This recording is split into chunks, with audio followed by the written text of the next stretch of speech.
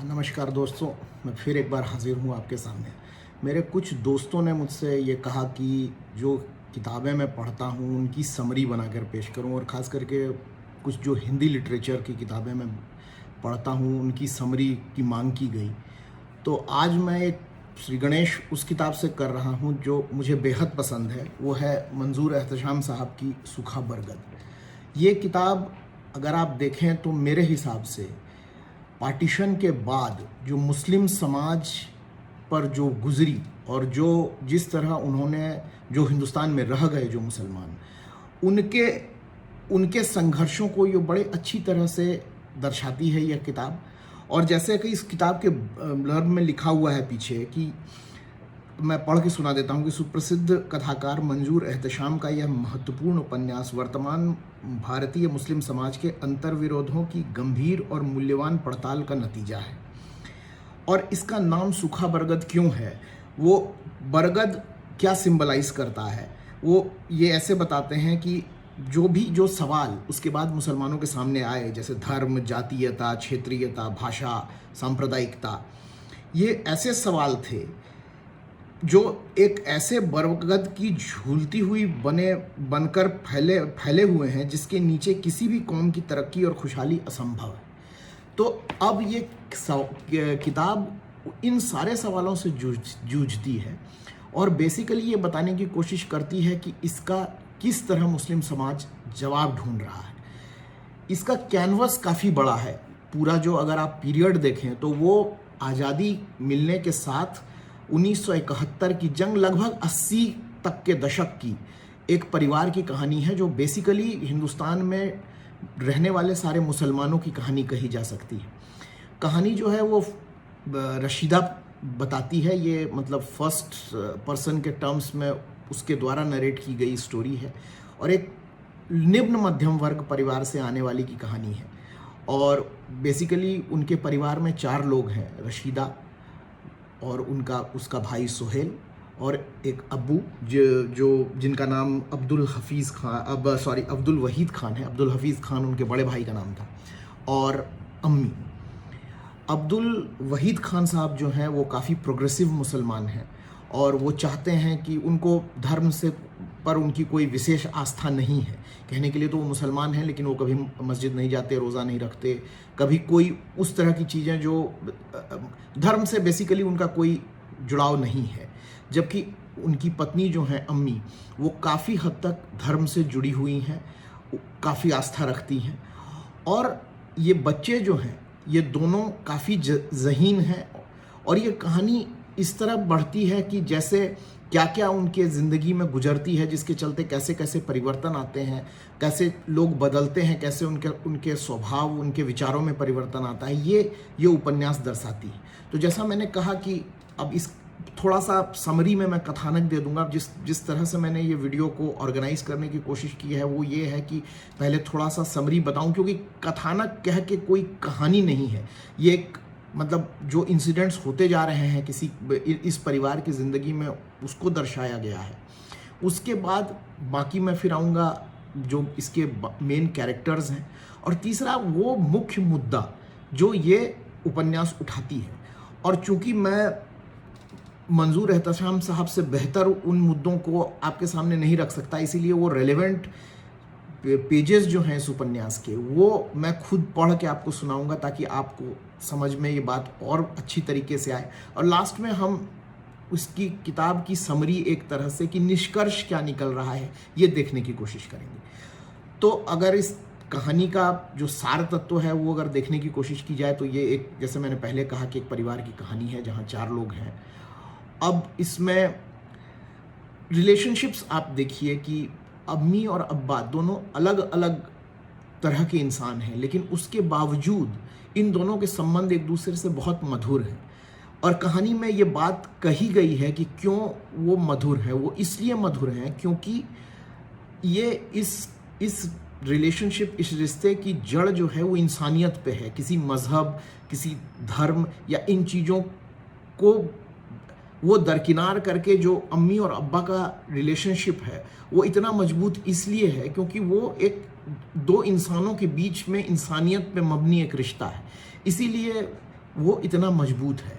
अब इनके जो 2 बच्चे हैं रशीदा और सुहेल, दोनों, और जबकि ये जिस परिवार से आते हैं, और ये जो दोनों परिवार से आते हैं, ये परिवार काफ़ी कंजर्वेटिव है।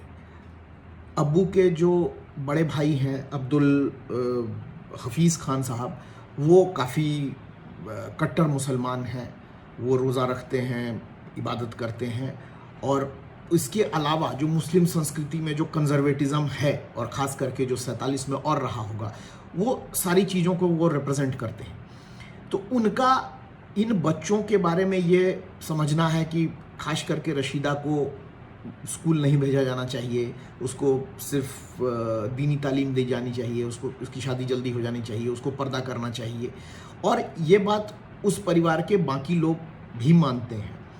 अब्दुल वहीद खान साहब जो हैं वो एक अच्छे ठेकेदार हैं, वो काफ़ी संभ्रांत परिवार से आते हैं और रुपए पैसे की उनकी कोई कमी नहीं है। लेकिन अब्बा जो है वो इन वकील बनना चाहते हैं। जब वो छोटे भी थे उसके बाद उन्होंने पढ़ाई कंप्लीट की और फिर वो वकील बने, और उनका मेन वकील बनने का कारण ये था कि वो ये समझते हैं कि इंसानी कानून जो बनाया जाता है वो अल्लाह या किसी भी मजहबी कानून से बेहतर है, क्योंकि वो इंसान की आज की ज़रूरियात को नज़र में रख कर बनाए जाते हैं। और वो अगर वकील बनते हैं तो वो इस इंसानी कानून के ज़रिए इंसान को इंसाफ दिलाने में सफल होंगे। और जब वो वकील बनने का अपनी इच्छा जाहिर करते हैं तो परिवार में इसको लेकर के काफ़ी अनबन होती है, क्योंकि ये सोचा गया है कि भाई जो भी वकील का भी जो भी काम है वो गैर मजहबी है। वो बेसिकली उसको कुछ भी ऐसा काम करना होता है तो वो उसे झूठ का सहारा लेना होता है, उसे ईमान तोड़ना पड़ता है, और इसीलिए वकील बनना अच्छी बात नहीं है। इसका एक परिदृश्य मैं पढ़ के अब जो नॉवेल में है मैं आपको सुनाना चाहता हूँ। अब्बू बता रहे हैं अपने वकील बनने के बारे में कि उस ज़माने में बंटवारे के 10 साल पहले से लेकर बंटवारे तक जो इंसानी हकों की पामाली, जुल्मों, ज़बरदस्ती और दुश्मनी मज़हब के नाम पर देखने में आई, उसे देखकर लगा इंसानों के लिए इंसानों का बनाया कानून ही ज़्यादा बेहतर हो सकता है। इस कानून में हिंदू मुसलमान के बजाय एक बुनियादी इंसान का दुख सुख समझने और परखने की गुंजाइश तो होगी। आसमानी ज़िंदगी और अगले जन्मों के बजाय मौजूदा ज़िंदगी सही तरह गुजारने की हिदायतें तो होंगी। इंसान के बनाए कानून के साथ जो खिलवाड़ हो रही थी उससे लड़ने को सोचकर मैंने यह पेशा चुना था बेटी। अब ये देखिए कि जब ये बात उन्होंने कही तो उनका परिवार का क्या रिएक्शन था। वकील की कमाई हराम की होती है, वकील ईमानदारी से कुछ नहीं कर सकता, कमाने के लिए उसे वो हरकतें करनी पड़ेंगी जो मज़हब के नज़रिए में हराम हो।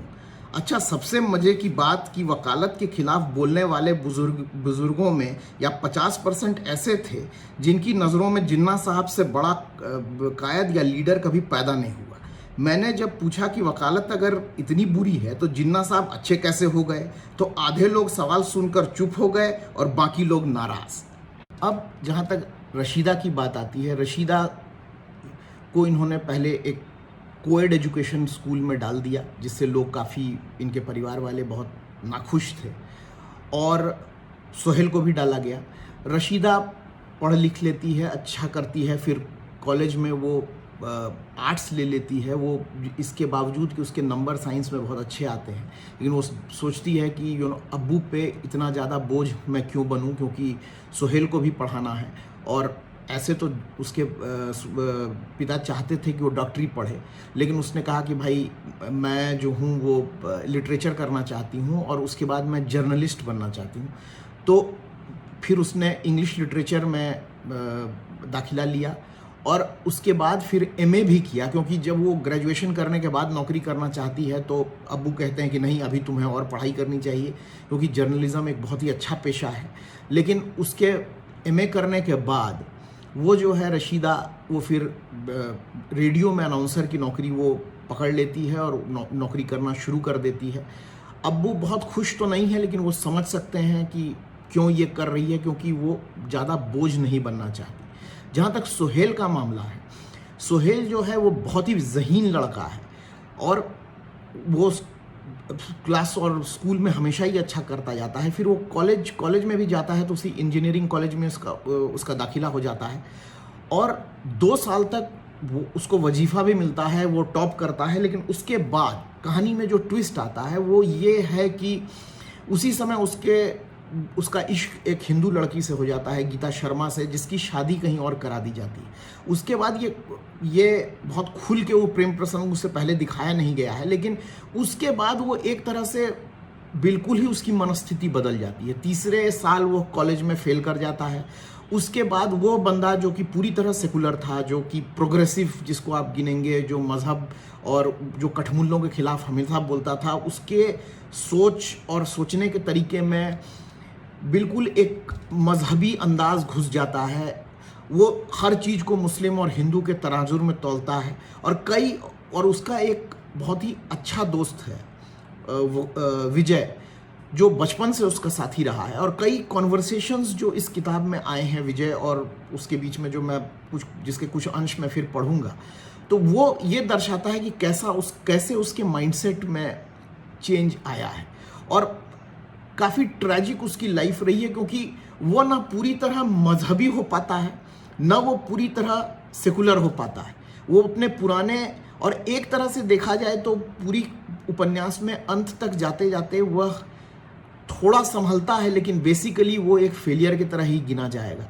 इसी बीच में वह एक बहुत ही अवसर पसंद पॉलिटिशियन रजब अली के चक्कर में भी पड़ जाता है, जो शुरुआत में बिल्कुल एक मुस्लिम फंडामेंटलिस्ट है, लेकिन जैसे जैसे उनका पॉलिटिक्स जो है वो, जिसको आप कहते हैं कि अवसरवादी पॉलिटिक्स में, लास्ट में दिखाया गया है कि वो जनसंघ ज्वाइन कर लेते हैं। तो पहले तो सोहेल उनके साथ काफ़ी जुड़ता है, लेकिन बाद में वो फिर डिसल्यूशन्ड भी उनके साथ होता है।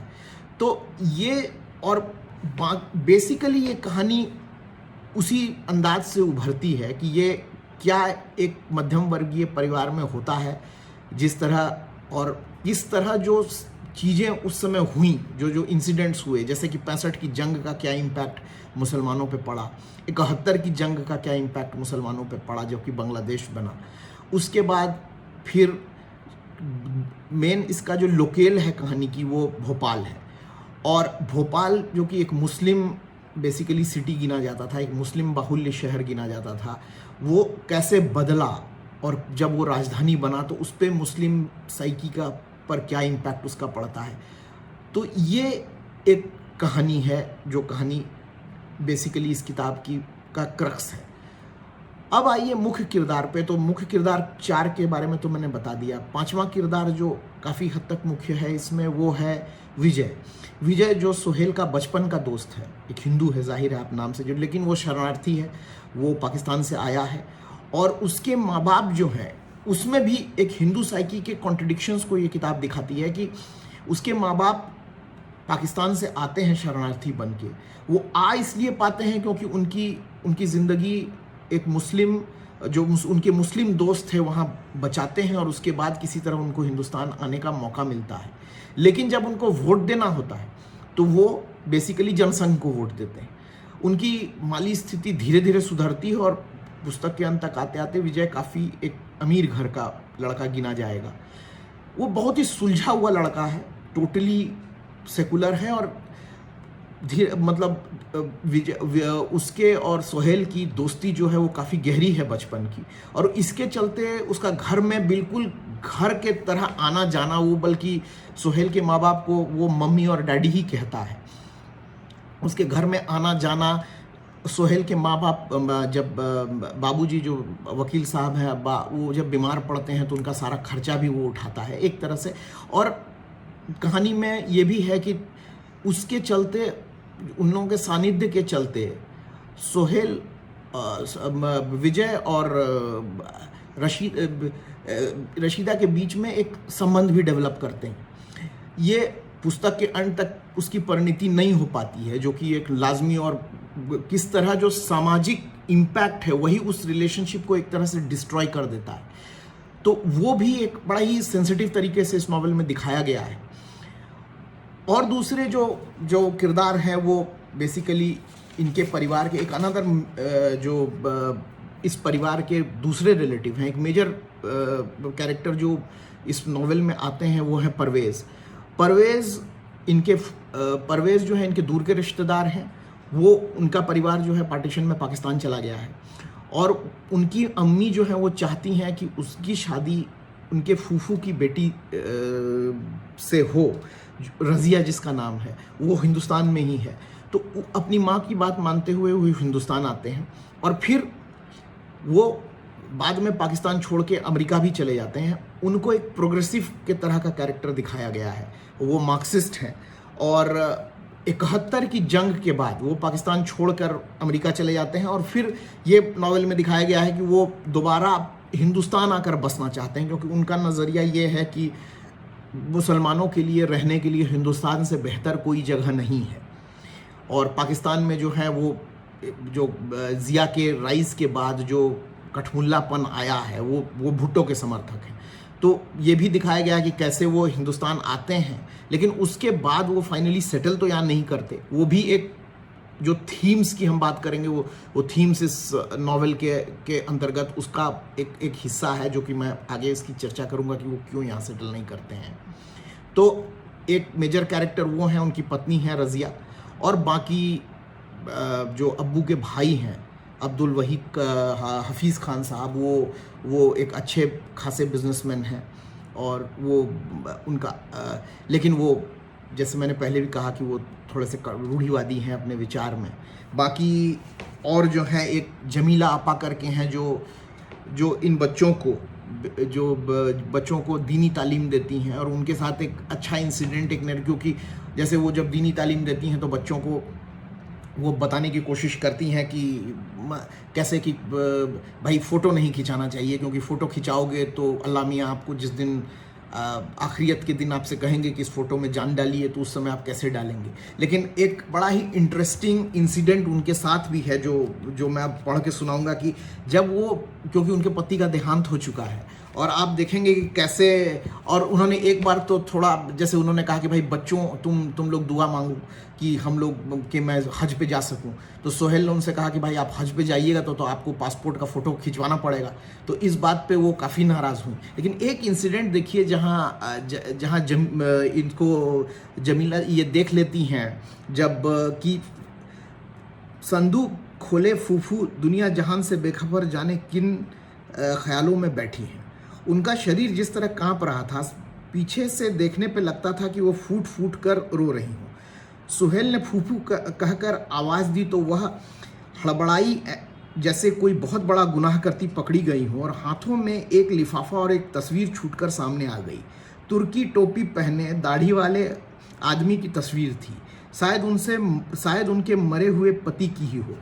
सुहेल को देखकर इतना घबरा जाने के बाद भी वह बात तो फूफू की किसी न किसी तरह संभालनी ही थी, इसलिए आंसू पोंछकर एकदम नाराज होकर चिल्लाने लगी, कहने लगी, जाने कौन मरदूद मुझे गुनहगार करने के लिए ये तस्वीर यहाँ फेंक गया है।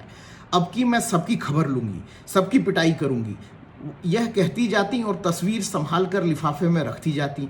खूब चिल्लाई कि बच्चों का अखलाक ख़राब होता जा रहा है, यह सब कुफ्र और गुमराही की अलामतें हैं। सोहेल से धीरे धीरे तो कुछ कह न पाई, मगर इतनी धमकी दे दी कि अगर हमारी हरकतों को कम मत समझो, मैं बहुत जल्द एक दिन घर आकर तुम्हारी अम्मी से शिकायत करूंगी। हम कुछ मुद्दों की बात कर लेते हैं जो ये किताब उठाती है, और इसीलिए मुझे बहुत अच्छी लगती है, क्योंकि ये किताब कई मुद्दों को बड़े सटल तरीके से टच करती है। और सबसे बड़ी बात है कि कहीं कोई भाषण नहीं देती, मुद्दे उठाती है और आपको सोचने के लिए मजबूर करके छोड़ देती।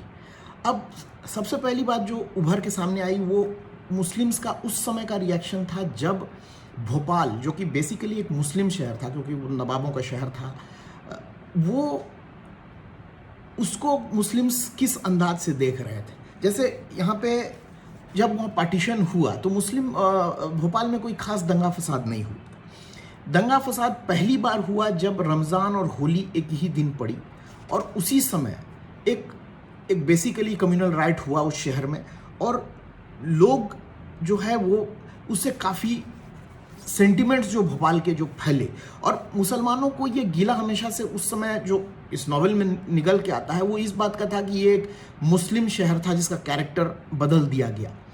तो उस चीज़ पे भी ये नॉवेल डिस्कस करती है। जब अबू बेसिकली ये पूछते हैं कि अबू से जब सोहेल पूछता है कि क्या ज़रूरत था कि इसको राजधानी बना दिया गया, और जहाँ तक ये है और इसका कैरेक्टर बदल दिया गया, यहाँ तक कि एक अच्छा स्टेटमेंट इस नॉवेल में है जो मैंने पहली बार सुना बेसिकली, वो ये है कि राजधानी बनी और इसका कैरेक्टर बदला गया, और बेसिकली उन्होंने पंडित नेहरू तक को इसमें लपेट दिया है। मतलब उस समय ये कहा जा रहा था कि पंडित नेहरू मुस्लिम भाई भाई, अंदर ही अंदर महासभाई। तो इस पे उन्होंने जो अब्बू कहते हैं, मैं फिर पढ़ के सुनाता हूँ, यही हिंदुओं की तादाद और मुसलमानों की तादाद का खेल एक बार इस मुल्क को टुकड़ों में बंटवा चुका है, हजारों लोगों की हलाकत और बर्बादी में डाल चुका है। तुम सोचो कि यह शहर अगर राजधानी भी न बना होता तो क्या होता। हिंदुस्तान की सबसे ज़्यादा मस्जिदें इस शहर में होने से क्या यहाँ के लोग खुशहाली में ज़िंदगी गुजारते रहते। भूखे का पेट इबादत से नहीं भर सकता, कोई इंडस्ट्री तो बड़ी बात है। सोचो कुछ वक्त पहले तक इस शहर में कोई कॉलेज तक नहीं था, ना हाथ पैर की मजदूरी के वसीले, न ही यह सहूलियत कि लोग थोड़ा बहुत पढ़कर 2 पैसे की नौकरी करने के लायक ही हो जाएं। पहले तो यहाँ कोई हिंदू राजा महाराजा नहीं, आपके अपने नवाब साहब ही थे। फिर भी रियासत के ऊंचे ओहदों और अच्छी जगहों के लिए बाहर के लोग नौकर बुलाए जाते थे। अव्वल तो यहाँ कोई पढ़ लिख सकता ही नहीं था जब तक कि उसका ताल्लुक़ शाही ख़ानदान से न हो या सरकार की तरफ से वजीफ़ा न मिले, और अगर कोई सिरफिरा फिर भी किसी तरह पढ़ लिख कर किसी लायक हो जाए तो उसे नौकरी नहीं दी जाती। बाहर से बुलाए लोग अपनी रोजी रोटी के लिए आते थे, इसलिए सरकार की वफादारी उनका फ़र्ज़ था। यहाँ अगर स्कूल कॉलेज खोल दिए जाते, मामूली आदमी को भी पढ़ने लिखने की आसानियाँ मिल जाती, तो यह समझ बूझ कर खुद को और अपने भाइयों पर हो रहे जुल्म सितम किस तरह बर्दाश्त कर सकता था। और यह समझदार लोग इसी दुनिया में जन्नत के मजे ले रहे हैं, आवाम के साथ मनमानी कर रहे थे। अगर यह शहर राजधानी न बना होता तो तुम सोच सकते हो कि यहाँ का नक्शा क्या होता। अब कम से कम शहर के बढ़ने के साथ ऐसे मौके तो निकलेंगे जहाँ यह जाहिल रखी आबादी दिमाग से नहीं तो हाथ पाँव से कुछ कर तो पाएगी। कपड़ा मिल बंद हो गया तो जैसे शहर की आधी आबादी बेरोजगार लगने लगी थी, अब वह बिजली का कारखाना खुल गया है। ठीक है, बहुत से लोग उसमें ऐसे हैं जो बाहर से काम करने के लिए बुलाए गए हैं, मगर सोचो क्या यहाँ के लोगों को उसका फ़ायदा नहीं पहुँचा। कितने गरीबों की नौकरी लग गई, अच्छी खासी तनख्वाह मिलने लगी, आवारगी और गुंडागर्दी के बजाय कुछ करने को मिला। और यह बाहर के लोग किस लिए बुलाए गए हैं? इसलिए कि यहाँ पढ़े लिखे लोग इतने ही थे नहीं कि दफ्तर में टेबल वर्क या फिर उससे ऊंचे कोई काम कर पाएँ। जिस लायक था उसका हक उसे ज़रूर मिला। अब दूसरा मुद्दा जो इस बहुत ही सेंसिटिव तरीके से दिखाया गया है, जो कि आज भी जायज़ है, वो ये कि क्या मुसलमान को दिन रात प्रूव करना पड़ेगा कि वो हिंदुस्तानी है। परिप्रेक्ष्य है 65 की वॉर, और इसमें जो डिस्कशन चल रहा है वो सोहेल और उसके दोस्त विजय के बीच में चल रहा है। अब इसको मैं थोड़ा पढ़ के सुनाता हूँ, 1.5 पेज पे है, आप पढ़िए और सोचिए इसके बारे में कि मगर क्या तुम इनकार करोगे कि मुसलमान छिप छिप कर रेडियो पाकिस्तान सुनते हैं? ऐसी ही एक अंधेरी रात में विजय और सोहेल में बहस छिड़ गई थी। इसमें क्या हुआ, क्या हिंदू नहीं सुनते? सोहेल ने भड़क कर कहा था। हिंदू छिप छिप कर तो नहीं सुनते, छिप छिप कर तो वही सुनता है जो गिल्टी हो, और खुल्लम खुल्ला वह कहता है जिसे यकीन हो कि उसे शक की नज़र से नहीं देखा जाएगा। मुसलमान को इतनी इज्जत दी ही कहाँ गई है कि उसमें इतना सेल्फ कॉन्फिडेंस आ सके? उसे तो ज़्यादा से ज़्यादा यह समझा दिया गया है कि पड़ा रहने दो, जाना तो इससे पाकिस्तान ही है, जब तक हो सके बर्दाश्त कर लो। सोहेल के स्वर में और गुस्सा भर आया था। यह तो बिल्कुल बेकार की बात किए जा रहे हो। विजय का स्वर था संयत, लेकिन उसमें गर्मी का अंदाज ज़रूर था। ऐसा फ़र्क क्या है यहाँ हिंदू और मुसलमान में? सबसे बड़ा फ़र्क, सोहेल ने व्यंग से हंसकर कहा था, तो यही है कि हिंदू को यह साबित नहीं करना पड़ता कि उसका मुल्क हिंदुस्तान है। और तुमसे कौन सबूत मांगता है हिंदुस्तानी होने का? न सबूत ही मांगते हैं, न ही यह मानते हैं कि यह हमारा मुल्क है। कौन नहीं मानता? और क्या तुम इससे इनकार कर सकते हो कि बहुत से मुसलमान ऐसे मौक़ों पर पाकिस्तान का फेवर करते हैं? रीजन्स तो बेगिनती हो सकती है। तुम यह कह सकते हो कि बिना पढ़े लिखे लोग ऐसी हरकतें करते हैं यह कि वहाँ उनका रिश्तेदार बसते हैं या मजहब के बारे में जो फैनेटिक्स है वो ऐसा करते हैं, लेकिन ईमानदारी से बताओ कि क्या इससे उनका ऐसा करना जस्टिफाई हो जाता है? शास्त्री जी को जाने क्या क्या कहते हैं। मैंने खुद होटल पे चाय पीते हुए दो लोगों की बातचीत सुनी। अगर कोई पुलिस वाला सुन लेता तो दोनों को बंद कर देता। और अयूब खान बड़े हीरो हैं, और जो हिंदू करते हैं उसका नहीं कहोगे। सोहेल की आवाज़ में ऊंची हो गई। मैं कल हॉस्पिटल के सामने टहलता जा रहा था। आगे दो लोग आपस में बातें करते हंसी ठट्टा करते जा रहे थे।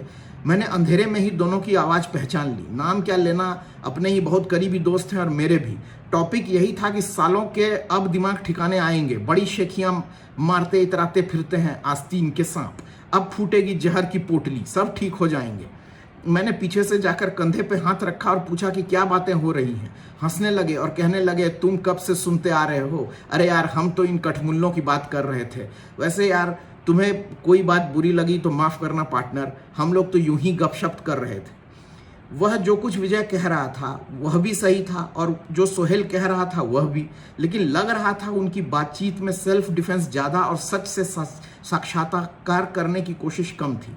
दोनों अपना गुस्सा भी निकालना चाह रहे थे और कुछ ऐसे सच बोलने या सुनने से कतरा भी रहे थे जो ज़्यादा तकलीफ पहुंचा सकते हो। सारी बात गोलमोल चल रही थी, जिसके किसी नतीजे तक पहुंचने की आशा करना बेकार सा था। या क्या इस समस्या पर चल रही किसी बातचीत के किसी नतीजे पर पहुंचने की आशा की जा सकती है? जैसे दो केमिकल्स जब तक एक दूसरे में मिलाए जाएं बिना यह जाने कि रिएक्शन क्या होगा, तो शायद केवल समय नाम का एक बाहरी रीजेंट ही ऐसा होता है जो समस्या का हल निकालता है। अभी शायद रिएक्शन ही रिएक्शन है। नतीजे तक पहुंचने के लिए इसे समय चाहिए। क्या किया जाए? सोहेल की थकी आवाज़ में बात घूम फिर कर उसी नुक्ते पर पहुंच गई जहां पहुंचना स्वाभाविक था। कैसे समझाओ सालों को कि यही तुम्हारा मुल्क है और उसी में तुम्हारी किस्मत जुड़ी है। तुम पहले एक इंसान, फिर हिंदुस्तानी और उसके बाद मुसलमान हो। वैसे सच सच देखा जाए, विजय ने किसी दार्शनिक की तरह उनके में ही खोकर कहा, गलती इसमें मेजॉरिटी कम्युनिटी की भी है। लोगों को अगर लगे कि उनके साथ बराबरी का सलूक किया जा रहा है या कोई प्यार मोहब्बत से समझाए तो क्यों नहीं समझेंगे। डैडी बताते हैं। और इसके आगे विजय अभी तक कई बार सुनाई हुई बंटवारे की उस कहानी दोहराने लगा, जब उसके परिवार को अपना घर बार छोड़कर सरहद के इस पार आना पड़ा था। कैसे जहां उसके माँ बाप रहते थे वहां हिंदू मुस्लिम में कोई अंतर नहीं था, और अगर डैडी के मुसलमान दोस्त अपनी जान जोखिम में न डालते तो उसका जिंदा बच पाना मुश्किल था। इसी समय एक इंटरेस्टिंग कॉन्वर्सेशन जो मैंने इस बुक में और देखी, इस किताब में, वो इसी मामले को लेके, क्योंकि इस परिवार के कई रिश्तेदार जो हैं वो पाकिस्तान में भी हैं, तो उनके बारे में लाजमी है लोगों को चिंता होती है। तो उस पर सोहेल अब्बू से पूछता है, मैंने अब्बू से पूछा था, क्या हमारा उनके लिए फ़िक्र करना अपने मुल्क से गद्दारी गिनी जाएगी? क्या क्या सोचते हो तुम लोग? अब्बू के स्वर में झुंझलाहट कभी कभार ही आती देखिए। गद्दारी क्यों गिनी जाएगी? फिर अब्बू बाकी लोग कॉलेज में या बाहर आजकल नज़रें बचाते से क्यों लगते हैं? क्या हम लोग पाकिस्तानी जासूस हैं? कुछ देर की खामोशी के बाद अब्बू ने अपनी झुंझलाहट पर काबू पाकर सधे स्वर में कहा, दूसरों की बजाय खुद की कमजोरी समझना चाहिए। मुझे तो नहीं लगा कि कोई शक की नज़रों से देखता या मुझे जासूस समझता। अगर हमें यह यकीन ही है कि कोई भयानक हादसा होने वाला है तो बम फटने की आवाज़ नहीं, हवा में भड़बड़ाते कीवार की आवाज़ हमारी जान ले सकती है। शक से लोग तुम्हें नहीं, तुम उनको देखते हो, इसलिए तुम्हें हर तरफ शक ही शक करते लोग नज़र आते हैं। तुम जो हो, तुम्हें उस पर भरोसा होना चाहिए कि दुनिया जहान की राय की फिक्र। लेकिन अब्बू, रेडियो पाकिस्तान सुनना कौन सा गुनाह है? बात गुनाह और सबाब की नहीं, लेकिन क्यों सुने आप रेडियो पाकिस्तान? लोगों के रिश्तेदार हैं वहाँ, और साथ ही साथ यह भी जानना चाहते हैं कि हमारे रेडियो के अलावा पाकिस्तान रेडियो क्या कह रहा है। रेडियो पाकिस्तान क्या उनके रिश्तेदारों की खैरियत बताता है? और कितने के रिश्तेदार हैं? यह जो गलियों में चाय की छोटी छोटी दुकानों पर जुलूस लगाए बैठे हैं, उनके रिश्तेदार हैं पाकिस्तान में? यह मुकाबला करना चाहते हैं ऑल इंडिया रेडियो और रेडियो पाकिस्तान के बीच। इनके दिमागों में समझते बूझते जब तक तुम उनकी कमजोरी पर आंख मूंद रहो और जबरन झूठी वजह दे रही हो तो बताओ मैं क्या अंदाजा लगाऊं? मुझे तुम्हारी नीयत पे ही शक होना चाहिए कि नहीं? उसी तरह यह उपन्यास अब्बू के ख्यालात 71 की जंग के बाद भी बताता है। जैसे अब्बू कह रहे हैं कि यह फिर से साबित हुआ, जंग और उसके अंजाम के बारे में मुझे कम और अम्मी को ज़्यादा समझाते हुए उन्हें चंद रोज़ पहले ही कहा था कि बंटवारा कितनी गलत बुनियाद पर हुआ था। मजहब के नाम पर एकता कितने दिनों रह सकी? पार्टीशन का खून सूखा नहीं था कि फिर एक दूसरा तमाशा शुरू हो गया। और अब्बू अब मेरी ओर रुख कर बोले, तुम देखना, बांग्लादेश का बनना हिंदुस्तानी मुसलमानों के लिए भी बहुत फ़ायदेमंद होगा। अब यहाँ का मुसलमान मुल्क के नाम पर सिर्फ यहीं के बारे में सोचेगा जो खुद उसके लिए बहुत बेहतर होगा। अब एक और कॉन्वर्सेशन जो सोहेल और विजय के साथ होता है, जो इस नॉवेल में दिखाया गया है, जो कि हिंदू मुस्लिम के अंदर का जो एंगस्ट और जो कॉन्ट्रडिक्शंस हैं, और किस तरह मिसअंडरस्टैंडिंग और किसी एक चीज़ को ही देखने का नज़रिया कैसे अंतर हो सकता है, वो इसमें उस संदर्भ में दिखाया गया है जबकि विजय सोहेल को समझा रहा है। उसके ब्रेकअप के बाद, वो गीता शर्मा के ब्रेकअप के बाद, जब वो एक तरह से कहें तो पूरी तरह से पगला गया है और सारा पढ़ाई लिखाई उसने छोड़ दिया है, शराब पीने लगा है, तो ये जो कॉन्वर्सेशन है ये गीता शर्मा से शुरू होकर हिंदू मुस्लिम पे चली जाती है। और आज के ज़माने में भी अगर आप ये देखिए तो बातें इसी तरह की होती हैं। और जब तक हम एक समाज के तरह, एक देश के तरह इन बातों पर रिफ्लेक्ट नहीं करेंगे, ये इंटर कम्युनिटी रिलेशनशिप हम सॉर्ट आउट नहीं कर पाएंगे। किसी को जानने के लिए रिश्तेदारी ज़रूरी तो नहीं। मुझे जबकि तुमने सारी बात हमेशा छुपाने की कोशिश की, यही लगता है कि तुम मुझसे शादी करना चाहते थे। मगर तुम ये क्यों भूल जाते हो प्यारे भाई कि all said and done this is India. मुझे बहुत अच्छी तरह याद रहता है कि ये इंडिया है, पाकिस्तान नहीं, सोहेल ने बहुत नफरत के साथ कहा था। फिर भी तुम्हारे याद दिलाने का बहुत बहुत शुक्रिया। यह क्या मतलब हुआ? विजय ने हैरान होकर पूछा। यही कि यह इंडिया है और मैं यहाँ का मैं एक सेकंड क्लास सिटीजन। मैं चाहे जो भी सोचूं, जो भी करूं, मुसलमान होने के नाते एक हिंदू की बराबरी कभी नहीं कर सकता। मेरी नहीं, जिसकी मुल्क है उसकी चलेगी। थोड़ी देर को सन्नाटा। विजय शायद हैरान होकर बात का हाथ से छूटता हुआ सूत्र पकड़ने या सोहेल के अंतिम जुमले को समझने की कोशिश कर रहा हो, और खुद सोहेल, बहुत संभव है, मुंह से निकले शब्दों को सोचकर शर्मिंदा हो रहा हो। दोनों में से कोई भी देर तक कुछ नहीं बोला। सहसा मुझे लगा कि मैं अभी रेडियो स्टेशन के स्टूडियो में हूँ, किसी की बातचीत का टेप चल रहा है और मैं खामोशी से उसे अंत का इंतजार कर रही हूँ, क्योंकि फिर मुझे उस अपने अनाउंसमेंट की पंक्तियाँ सुनाना है। वार्तालाप दिलचस्प हो, लेकिन 1000 बार सुना भी है। फिर भी ड्यूटी पर हूँ, इसलिए इसे पूरा सुने बगैर कोई चारा नहीं। स्टूडियो की आवाज़ें, निगलती खामोशी और ऊब, सब कुछ मुझे घेरे हुए। पता नहीं तुम कहाँ पहुँच गए। विजय के स्वर में आश्चर्य था। मैं सच मानो अब भी कुछ समझा नहीं। तुम्हारी मासूमियत मेरे काम तो आने से रही। सोहेल के स्वर में अब भी व्यंग सुनकर मुझे आश्चर्य हुआ। वैसे मुझे इतना अंदाजा जरूर है कि बात ज़्यादातर तुम सोच समझ के ही करते हो। इस बार शायद गलती हो गई, विजय ने अपने आवाज़ काबू में रखते हुए कहा। बगैर समझे कह गया, तुम ही समझा दो। दिल की बात शायद इसी तरह बिना सोचे समझे मुंह से निकल आती है। सोहेल की आवाज़ में व्यंग ज्यों का त्यों था, फिर बाद में खुद ही समझ पे आ जाती है।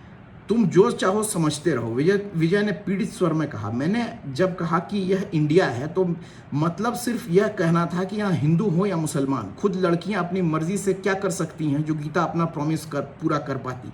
और बाकी चीज़ों को भी तो देखो। तुम 3rd ईयर में थे जब उसकी शादी हुई। अगर उस उम्र का कोई हिंदू लड़का भी होता तो गीता के माँ बाप जिस बैकग्राउंड से वह लोग हैं, उसके पास होने और नौकरी लगने के इंतजार में गीता को कुंवारी घर पर बैठाए रखते, जबकि उससे छोटी 2 बहनें की शादी की उम्र को पहुंच रही हैं। कुमारी की भी खूब रही। सोहेल ने चुटकी भरी थी। यह तुम्हारे दिमाग का कमीनापन है। विजय भड़क उठा। गीता के घर वालों को अगर 2 कौड़ी का भी मान लो तो जिस तरह की बातें तुम कर रहे हो वह उससे भी घटिया है। जिस लड़की के साथ तुमने इतना समय बिताया हो उसे इस हद तक जलील कर सकते हो। टुच्चेपन की बात सोचने के लिए हिंदू होना या मुसलमान होना जरूरी नहीं। टुच्चापन तो खुद अपने आप में क्लास है। इस पर मुसलमान का लेबल लगाकर कैपिटलाइज करने की कोशिश मत करो। कौन कहता है हिंदू मुसलमान की बात? सोहेल ने भी ऐसे ही किचकिचा कर कहा था। मैं तो आज तक हिंदुस्तानी का रोना रोता आया हूँ। कुछ फर्क पड़ा? जिंदगी भर रोते रहो, रत्ती भर फर्क नहीं पड़ेगा। विजय ने सर्द स्वर में कहा। रोना धोना मरो पर किया जाता है। और विजय की आवाज़ फिर ऊंची हुई। मुझे बताओ, हैं कोई मुसलमान माँ बाप जो अपनी बेटी का हाथ हंसी खुशी किसी हिंदू लड़के को थमा दे? घर बैठे बैठे उसका बूढ़ा होना, बिना ब्याहे मर जाना कबूल कर लेंगे, मगर यह नहीं। तो तुम्हारा ख्याल है कि आज तक किसी मुसलमान लड़की ने हिंदू से शादी नहीं की ही नहीं? एक मिसाल बताओ जहाँ हिंदू लड़के की बारात मुसलमान लड़की के घर गई हो। तुम एक ऐसी बताओ जहाँ मुसलमान लड़के की हिंदू लड़की के घर गई हो। फिर शिकायत किससे कर रहे हो? हिंदुओं से। सोहेल ने झल्ला कर कहा। कितने हिंदू माँ बाप ऐसे होंगे जो अपनी बेटी की बारात लेकर के मुसलमान के घर जाने पर तैयार हो जाएंगे और मुसलमान हो जाएंगे? क्यों हो? अब हुई ना असली बात, इस बार विजय ने व्यंग किया। अगर तुम्हारे सोचने का अंदाज यही है तो सारी बात खत्म की खत्म। अब हुई ना असली बात, इस बार विजय ने व्यंग किया था। अगर तुम्हारे सोचने का अंदाज यही है तो सारी बात खत्म की खत्म। बगैर एक दूसरे से शादी किए हुए भी हिंदू मुसलमान आपस में प्यार से रह सकते हैं। फिर क्यों तुम्हें गीता से गिला है?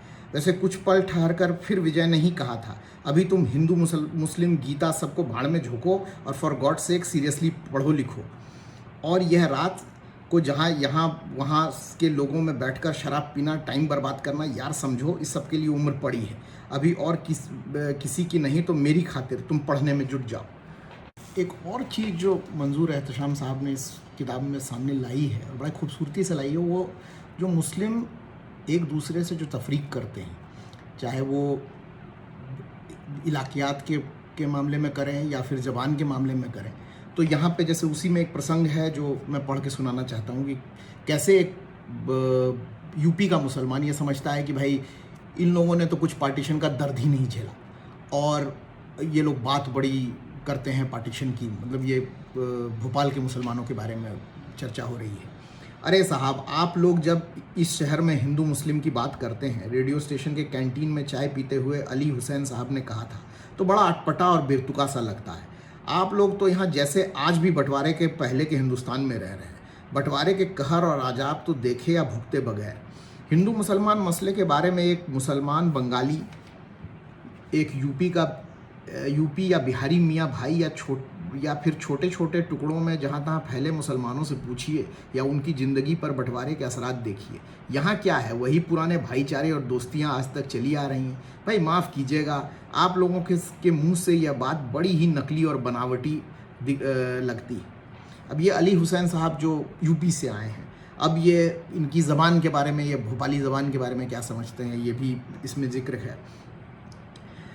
अब आप खुद ये तस्लीम करते हैं तो कुछ अजनबियत, कुछ गैरियत तो यहाँ के लोगों को भी महसूस होती होगी। रहन सहन, बोल चाल, रस्म रिवाज लाख मामूली सही, लेकिन फ़र्क तो है यहाँ और वहाँ में। मैं किसी दूसरे मज़हब नहीं, अली साहब ने अपनी भारी भरकम और संजीदा आवाज़ में कहा था, मैं यहाँ मुसलमानों की बात कर रहा हूँ, क्योंकि दूसरे मजहब से दूसरे नंबर का ताल्लुक़ है, यह मानकर चलते हैं आप दिल में, खुदा जाने क्यों। खैर, मुसलमानों को ही ले लीजिए, क्या आप खुद यहाँ के मुसलमानों के लबो लहजे का मजाक नहीं उड़ाते रहते कि होंठों पर लाकर भोपाली उर्दू की रूह कब्ज़ कर देता है। आप ही का यह जुमला है, मैंने खुद आपके मुंह से सुना है। या यहाँ का पहनावा, पजामे की काट खास तौर पर, उसके आपके मजाक का निशाना नहीं बनता रहता। इस तरह से क्या ये खुद ही तय करके नहीं चलते कि आपका ताल्लुक़ ज़्यादा मुहज़्ज़ब जगह से है और यहाँ के लोग पिछड़े हुए हैं। लोग की जगह आप चाहें तो मुसलमान कर लें। मैं लाख ये ना कहूँ, अली हुसैन साहब ने गौर से मेरी आंखों में देखते हुए कहा, लेकिन यह तो एक तस्लीम की हुई हकीकत है। तो फिर जो कम मुहज़्ज़ब हैं उनसे यह शिकवा कैसा कि गैरियत बरतते हैं। आपके शहर पहुँच जाते तो शायद आप उनके साथ बैठकर खाना भी एहसान समझते।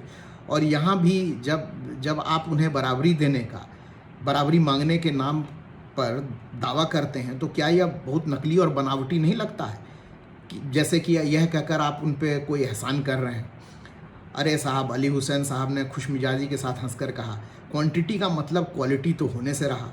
इस तरह की बातें भी मैंने संजीदगी से कहा था, हम आमतौर पर कह ही सकते हैं सुनने की ताब नहीं। क्या मतलब? अगर इस बात को आज एक हिंदू मुसलमान से कहे तो उसके क्या क्या मतलब निकाले जाएंगे? क्या इसी आसानी से मजाक में हंसकर टाल दिया जाएगा? हिंदू की जगह मुझे समझ लें मुसलमान आप। इस शहर में अगर यही बात मैं आपसे हंसकर भी कह दूं तो क्या आप गवारा कर लेंगे? अली हुसैन साहब के शहर के लोगों, खासकर मुसलमानों से शिकायत रहती थी कि बाहर से आने वालों या शायद मुसलमानों का कहना ज़्यादा सही होगा को उनसे अपनायत नहीं मिलती। वैसे उनके बारे में रेडियो स्टेशन के ज़्यादा मुसलमान भी तरह तरह की बातें करते रहते हैं। वो शिया हैं या सुन्नी, यह भी एक रहस्य था। ये किताब इन सारे मुद्दों को उभारती तो है, लेकिन इसका कोई ज्ञान या प्रवचन देने की कोशिश नहीं करती। जैसे मैंने पहले कहा था, बदलते समाज को एक तरीके से वो सामने ला के उभार के छोड़ देती है। और कैसे समाज बदल रहा है, ये किताब के जो लास्ट चैप्टर हैं कि कैसे उनके ताया जी जो काफ़ी हद तक कंजर्वेटिव थे, उनके समाज में कैसे बदलाव आया। सुहेल जिसने बीच में ही पढ़ाई छोड़ दिया और फिर अब वो उनके घर में, उनके टाल में और उनके साथ बिजनेस सीखने की कोशिश कर रहा है। अब ये मैं पढ़ के सुनाता हूँ कि कैसे उनके समाज में, उनके घर में ही किस तरह के परिवर्तन आ रहे हैं। वहीं ताया अब्बाद, जिन्होंने अब्बू को उनकी आज़ाद ख्याली के जुर्म में घर से निकाल दिया था, उनकी वही औलादें जिनकी तालीम और तरबियत की कमी को लेकर अब्बू हमेशा अफसोस किया करते थे। उनका कारोबार आज खूब तरक्कियों पर है और उनकी औलादें बिना किसी इनकलाब के ऐलान या शर्मिंदगी के आज कीमती इंग्लिश मीडियम स्कूल्स में पढ़ रही हैं। आज के फैशन के मुताबिक पहन और जी रही हैं। बुर्का है तो सिर्फ ख़ानदान में एक दूसरों के घर जाने को, वरना नॉर्मल लोगों की तरह लड़कियां बेपर्दा घूम फिर रही हैं। इतना धंधा बढ़ गया है कि सुहेल जैसे कई कारिंदे उनके यहाँ तनख्वाह पर काम करते हैं। सब छुपे रुस्तम हैं। किसी पल पल बातों में सुहेल ने कहकर कहा था, छुपकर पीते हैं, छुपकर मुजरा सुनते हैं। टोपी और दाढ़ी की इज्जत भी तो कोई चीज़ होती है। यह कहा अपनी जगह, लेकिन इन दिनों सुहेल कुछ पैसों की एवज़ में उन्हीं लोगों के यहाँ काम कर रहा है। इस उपन्यास में कई जो मुद्दे हैं वो सामने उन्होंने बिल्कुल एक सपाट तरीके से रख दिए हैं। जो हिंदू मुसलमान का जो रिलेशनशिप है, जो बदलता समाज है, पार्टीशन का जो झटका मुसलमानों को लगा, और इस बात से अब कोई इनकार नहीं किया जा सकता है कि पार्टीशन के चलते मुसलमानों को बेहद नुकसान का सामना करना पड़ा है। और जैसे जैसे मेरे ख्याल से जैसे जैसे इतिहास लिखा जाएगा, वो किसी न किसी दिन इस बात पे धीरे धीरे लोग निष्कर्ष पे पहुंचेंगे कि ये एक तरह का जुनूनी वहशत जो था कि मज़हब के नाम पे कोई मुल्क खड़ा हो सकता है और आप अंदरूनी जितने भी आपके जो डिफरेंसेस हैं उनको पूरी तरह से ढक पोत लिया जा सकता है, ये संभव नहीं है। तो ये किताब सॉल्यूशंस तो नहीं देती, लेकिन आपको सोचने पे ज़रूर मजबूर करती।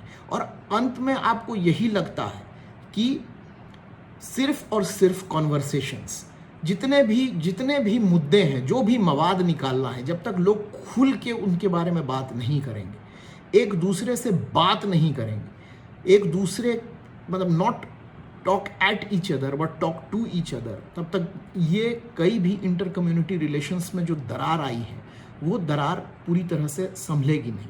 दूसरी चीज़ ये भी, वैसे तो ये मुद्दों के रूप में पेश किए गए, लेकिन ये वो भी दिखाते हैं कि मुसलमानों के अंदर किन किन चीज़ को खोने का डर है। उर्दू की बात है, उनके तहज़ीब की बात है, उनके तमद्दुन की बात है।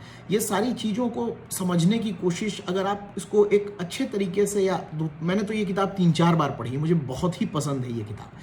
और चूँकि इतना बार पढ़ी है इसलिए एक बार उठाता हूँ तो बहुत जल्दी पढ़ भी लेता हूँ, लेकिन कहीं ना कहीं हर बार पढ़ने के बाद बहुत अच्छा लगा है। तो इसीलिए ये जो, पता नहीं ये वीडियो आपको कैसा लगेगा, मुझे उम्मीद है आपको पसंद आएगा। और अगर पसंद आया तो कृपया इसको लाइक करें, इसको सब्सक्राइब करें और शेयर करें। और अगर और कोई किताब आप चाहते हैं कि मैं रिव्यू करूं तो मुझे बताएं।